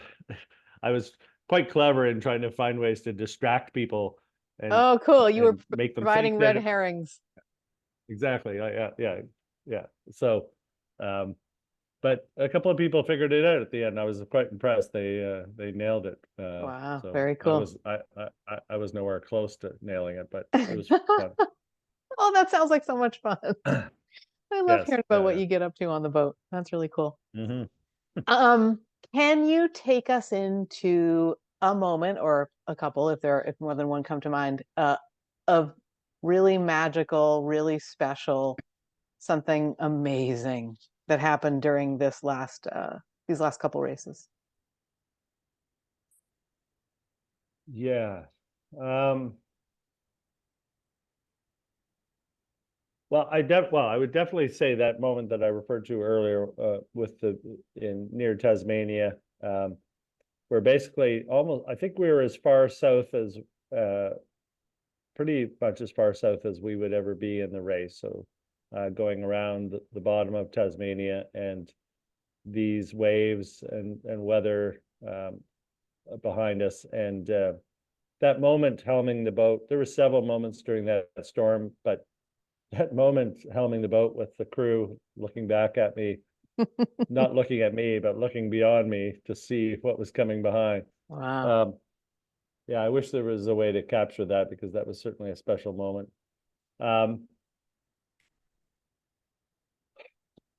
think actually just coming up in the last few days, coming up here to Airlie Beach, and coming into this sort of island area, and the sort of coral reef and the Great Barrier Reef area was just stunning. Like the landscape, I mean, it literally looks exactly like the background, the virtual background that I have, that it is this sort of tropical area, but spotted with all these little islands and coral reefs and blue water. And yeah, it was just very different, because most of our time is spent sailing out in the, like, just all ocean, every direction you look, no land, nothing around. It was nice to be sailing through and kind of navigating around all these different islands and reefs and things. It just made it very, very interesting, but it's also just stunningly beautiful. Yeah. So yeah, and then I think I'm trying to think from a nature perspective. We had a bunch of dolphin pods come by, and they're always a lot of fun. But we had this, I think it's called a booby. It's a bird. It's called a booby. And it's sort of like kind of looks like a penguin, but it's a bird. But it has the coloration and sort of head and of a penguin, but the body of a sort of large bird. And for some reason, this booby was quite interested in our boat, and it was flying around for like a day and a half. And it kept getting closer and closer, and we're like, it's like it's trying to figure out how to land on the boat. And sure enough, one day it just decided to land on the boat, and it just sat there for like 2 days, right on the back of the boat. It sat on the, if you've seen any pictures of the back of the boat, there's like a metal cage that has all of our electronics and satellite equipment. It just sat in there, would sleep for several hours at a time, and then when it woke up, it would just be looking around at all of us, and you could be within like a foot of it, and it wasn't bothered at all. And so it just kind of traveled along, and we called it Sir Robin was the name we gave it, which is the founder of the race, just because it had this presence about itself. Like it was not bothered. It was quite happy to be there. It was very calm. It would sleep. It would rest. And then one day it just flew away. Oh my goodness. So yes, our encounter with Sir Robin the booby would probably be on that list as well. Yeah. I feel like I read that that first Sir Robin was named Bob or something, and it was decided that this was just too formal, or too, like, it needed some more presence, because this bird had a lot of presence. It had a lot of presence. It was a very regal bird. Yeah, the way it was not bothered by what we were up to was pretty cool. And wow, that's awesome. Yeah, we were all a little sad when Sir Robin flew away, but sure, in a better place now. Yeah, I mean, well, how fun that you could have that moment, and then off Sir Robin flies, and off you go on your journey, and it's just kind of a nice connection. Absolutely.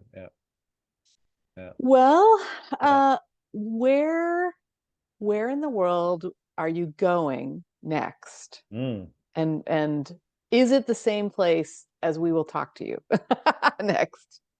Do Two questions.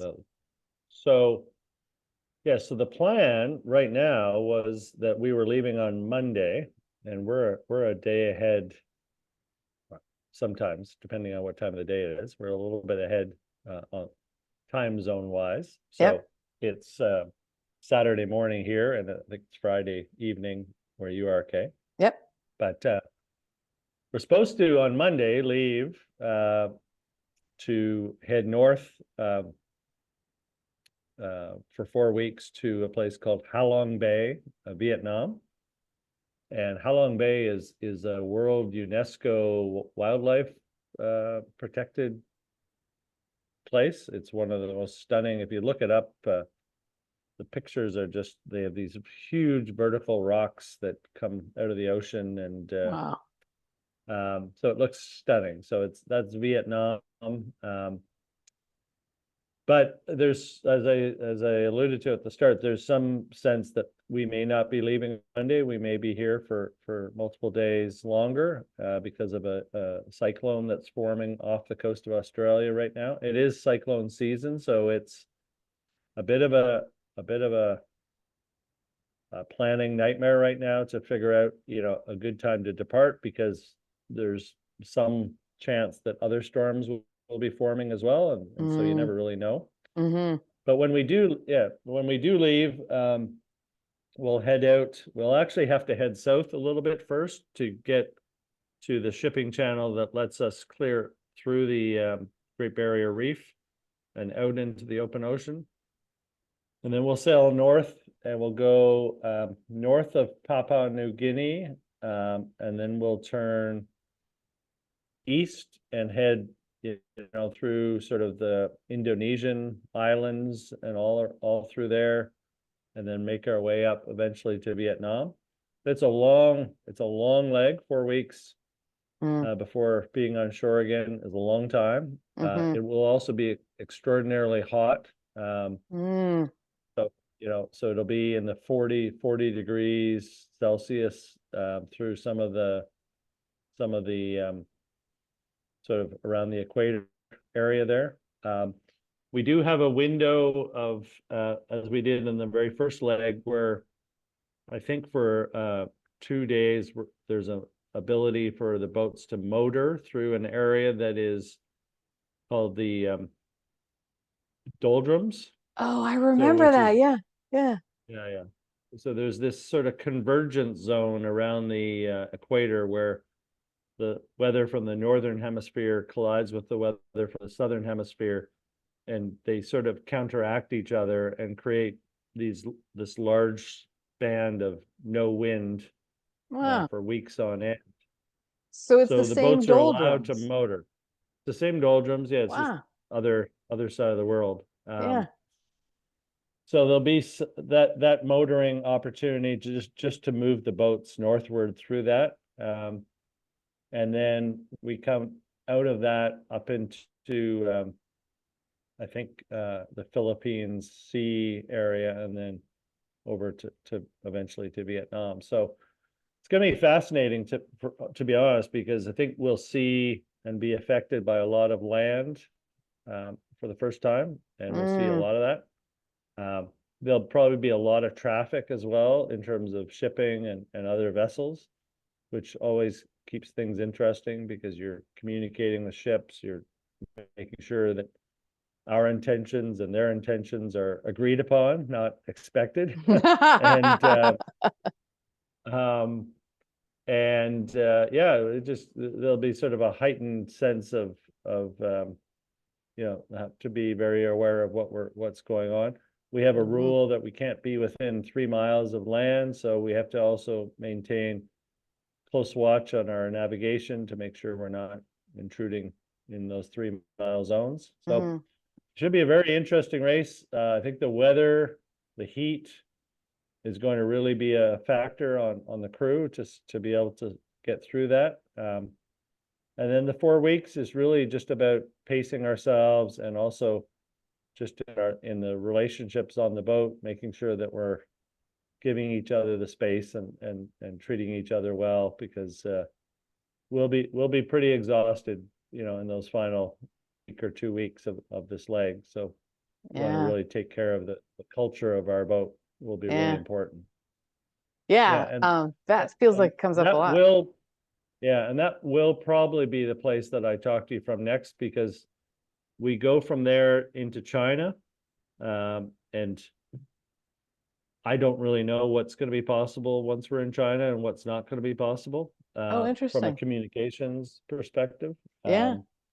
Like like WhatsApp don't work in China. Oh, So, wow. I think some of the social media platforms don't work in China. So we'll see. Yeah, right Yeah. now, Halong Bay. So we do Halong Bay, and then after a little stop there, we move to Zhuhai, China. We have a stop there, and then we go a couple of weeks up the coast of China to Qingdao. So that's sort of the next phase of this race, is from Australia to Qingdao, China. It's broken into one, two, three races. Mm-hmm. I think 3 races, yeah. And then the big one over to Seattle from Qingdao. But Wow. yeah, so probably the next time, well, definitely the next time you'll hear from me would be in Halong Bay, and then after that, it's a bit of an unknown, depending on how things play out in China and what's possible. Yeah. Well, fingers crossed. It would be fun to be able to talk with you while you're in China. And Absolutely, yeah. and anyway, yeah, looking forward to Halong Bay as well. Um, we haven't talked about this at all, and maybe it's a one for another time, but like your role changed. We talked about it a little bit, but I remember reading a crew log from a woman named Jennifer who wrote about, and I was like, it was so interesting to read what her words, because it was like we hadn't talked yet, so I didn't know that what you were hoping would happen had actually happened. But from what she said, it sounded like it did, and she was referring to you as a helm check, or that you were doing the job of a helm check. I don't know if that's always what you do, but and she, like the calmness that you were talking about before, the sort of steadiness, the ability to have someone almost coaching her on helming, and how she, like, is that a way that you have, because you're not a watch lead anymore, right? You're not a sort of a first mate. You're doing other, or maybe you're a first mate of sailing instead of people. Right. Yeah. Yeah. I mean, I somebody else had mentioned that she had written that. I hadn't read it, but that is exactly what Mike wanted me to do more of, which is to coach the sailing side of it, and not feel pulled into the human relationship and the human behavior side of what was going on in the boat, and to let other people deal with that, so that our sailing got better and our sailing skills got better, and our support of people learning had just a little more dedicated attention. And so yeah, so it was a shift in titles, but the one thing, I didn't come onto this to do this race to develop my leadership skills at all, right? Like, that was not, You were I would good. have never, I was good. Not to say I don't have room for improvement, but there's 100 other things I could do to become a better leader than sail around the world. Yeah. Yeah. I think that by nature of being comfortable and calm on the boat, and knowing what to do, and generally knowing how to sail the boat and do all the things that need to be done, it was natural that I started in the role that I did, because very few of the other people on the boat were in that situation. They were trying to figure out for themselves how to sail the boat, and how to live on the boat and how to do it all. But once people have evolved and doing this 24/7 for weeks at a time, you get a lot better quite quickly. We now have a bunch of people who are comfortable on the boat and know how the boat should run and know what people need to do. And so it's good that there are other people who can be watch leads who have an interest in supporting the human dynamic part of what happens on the boat, because Mike needs to have, or doesn't need to have, it's helpful for Mike to have other voices and other input around the sailing side, because it's a Yeah. lot of responsibility for him and Lottie to try to figure out the best, racing perspective and to develop the racing skills in all the sailors on the boat. So I've definitely enjoyed being able to do more of what I did for Jenny there. And just to define what that means, basically when Jenny was on the helm steering the boat, I'm standing beside her, just behind her, seeing the same thing she's seeing and just talking through, what's happening and what she's seeing and what she's thinking about and how she's moving the steering wheel and guiding the boat through the situation we're in. So it's really like a mentoring and a coaching in real time that, I'll often do that for 2 or 3 hours on a watch, and then I'll usually do my own helming time on the as well. And so that's how I spend most of my time now, is just either steering the boat, trimming the sails, or helping other people learn how to do those things even better. So And this what's is your much more aligned to what I would have chosen. Yeah, that's what I was going to ask, is what's the experience like for you? Like, I mean, you've even come into this conversation so differently today, like in terms of the energy. Yeah. It was a good break. I may be asked to do the watch lead again, depending on the personnel and who's on or off the boat, which is fine, because I think actually stepping away from it, I could see opportunities to do the role differently than I stepped into it doing, because you don't really know how people are going to respond to this whole experience until you've been through it and you start seeing the human behaviors and how much tolerance people have for each other and for different ways of behaving and all of that, right? And at every port, about half the crew changes and we have to figure out a whole new group of people. So if Mike came back and said, we need you to take this on again, I'll say yes to it. It's not a question of that. It's how do I do that, but also continue to have the kind of experience I want to have on the boat.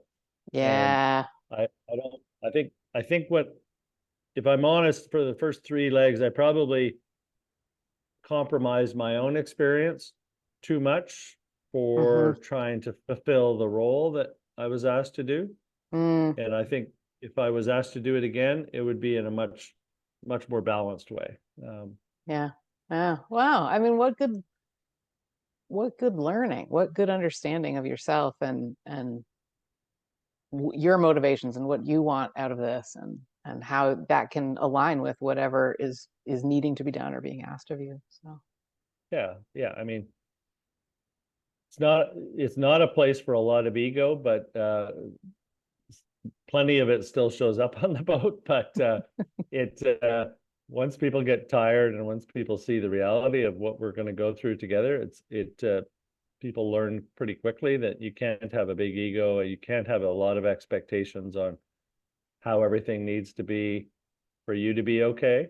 I think I talked about that on the last time, and it played out again on this one. We had some people join the boat in Western Australia who have very high expectations of what everybody else needed to do for them to be okay. And it was impossible for those expectations to be met on a consistent basis. And so they really struggled because the environment that they felt they needed could not be provided to them. And so either they had to adapt or they were going to struggle, and they struggled and they adapted as well. But that's probably, when this is all said and done, the biggest takeaway is going to be the helping. If I can leave this race and go away and help people see how much of their life is set up around expectations, external expectations for their own well-being, and to help them strip as much of those away as possible, that'll be a massive benefit to having done this in terms of how I can share what I've learned with others. Yeah. Because once you get to the point that you don't need a whole lot to be happy, this goes back to why the Buddhists and live such simple lives, and people, the happiest people in the world live the simplest lives. Yeah. Is they have very few expectations and needs to be happy or okay, and so that's the default, and then anything else that happens is a bonus. And Yep. it works. Yeah, right. I mean, that is certainly my learning. And I think it's so interesting. The last time we talked about something that you had said on a podcast about what you'd like to create. And my experience was that you'd already created it. And you were like, oh, that sounds like something I might enjoy doing. And I'm thinking about it now because like you're already doing this. Like what you are wanting to bring to the world, what you're sort of saying, like, oh, that'd be fun to do when I got off the boat, is to, be able to lead or bring some value around expectations, and letting go of them. You're doing that. Like to me, that's a lot of what we talk about. It's great. It is. I recognize that as I was saying it as well. But I think it's more like, what if there was a core message to come out of it? Like everybody's talking about writing books and all that, and no clarity on any of that. But it's like, so far, the book would be about that. Would be about simplifying and about finding that those very few simple things that you need in your life to be okay. And I think, to me, okay is a better word than happy, because I think happy has a lot of connotations to it that are not needed in your day-to-day life. But being okay means you're in a place that is emotionally able to respond to anything that happens, and also from a mindfulness perspective, you're in a place where you can respond to whatever happens.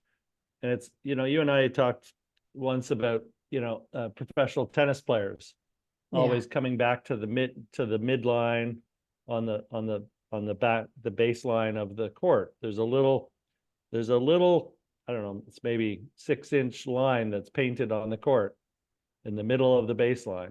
Yep. You watch the videos of the best players, that no matter where they take a shot from, they somehow glide back to that, somewhere in the vicinity of that little baseline marking.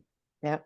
And to me, that's what I'm talking about, is like, if your life can be just about finding that little mark, and returning to it, responding to it, and come back to it whenever you need to leave to go and deal with something. You come back there, just makes life a lot smoother. You respond better. You show up as, in the best way you can to different events. And doesn't mean that you can't perform at extraordinarily high levels. It just means, in fact, I think it helps you perform at extraordinarily high levels.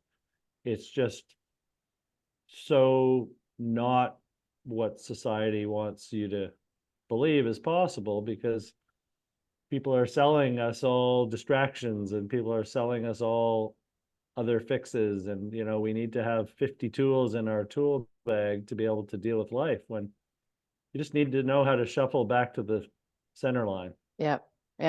Very well said. Wow.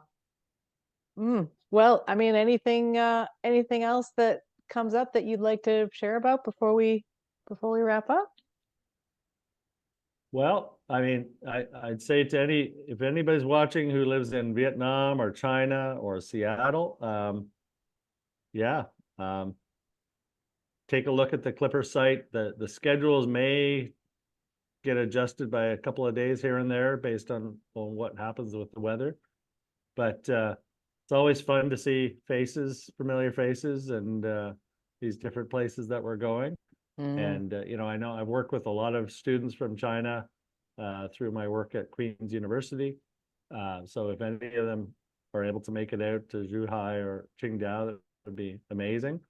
Vietnam as well, which I know is a big tourist place for those that love Asia. It's a beautiful spot.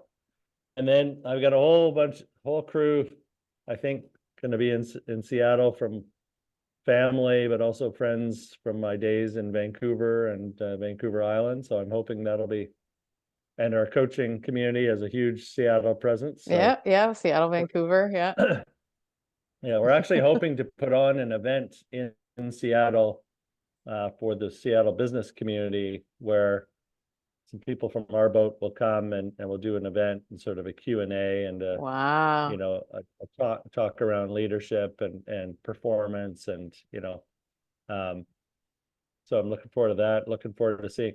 I mean, it's amazing. Okay, you and I, people like Andrea and Paul and Andrew, Yep. Andrew Mead, and others in that area who I've never met in person, but we have some of the most personal relationships possible through this crazy pandemic, and post-pandemic world that we've lived in. Yeah. To see them coming in on a sailboat, me coming in on a sailboat, is kind of mind-blowing, but really looking forward to that. Yeah. I went and visited our mutual friend Nicole Gallucci, and the experience of giving and receiving a hug from Nicole is like, wow, and I know exactly what you mean. Like there's and what a miracle that we have this technology, that we have the ability to do this. And I'm excited for you. I'm excited for you to be able to see people as you're going around the world, like, in person. Yeah, no, I'm really looking forward to that. I'm looking forward to, getting onto the second half of the race. I think that happens somewhere on the next leg here. We get sort of past the midway point officially. And then seeing, I've never been to Vietnam, never been to China. So seeing that part of the world is going to be very cool. That's awesome. Getting back to North America will be pretty surreal, because, there'll be a sense that you're not that far away from the end, even though you are, but you're back on homeland, so to speak. And so, yeah, there's lots to look forward to, but honestly, right now, it's just sort of a waiting game here in Australia to see what Mother Nature chooses to do with us, and how we get out of here safely. And then, long month at sea, heading north to Vietnam. Whatever day you leave, right? Say it's Wednesday. Maybe you could say, like, this is what I think about sometimes. Like, today is Wednesday. I get to go for a nice sail today. I get to go sailing for I get for to a go. month. Yes. Yeah. Exciting. Well, thank you for this. Another just a great conversation. These are such fun. I appreciate it as always, and hopefully there's some hope. Well, we answered a bunch of questions as best I could, at least. So hopefully there's some value there, and I appreciate your curiosity as well, Kay. And we'll see everybody in a month or so. Yep, not too long. And I feel like it's worth saying, like, I thought of a different way that people could support, which is, if you're enjoying this show, share it with somebody. Share it with a friend, share it with somebody, share the Facebook group, share the the Clipper website. I know those that are interested in the race follow along the race viewer and see where we're going and what we're up to.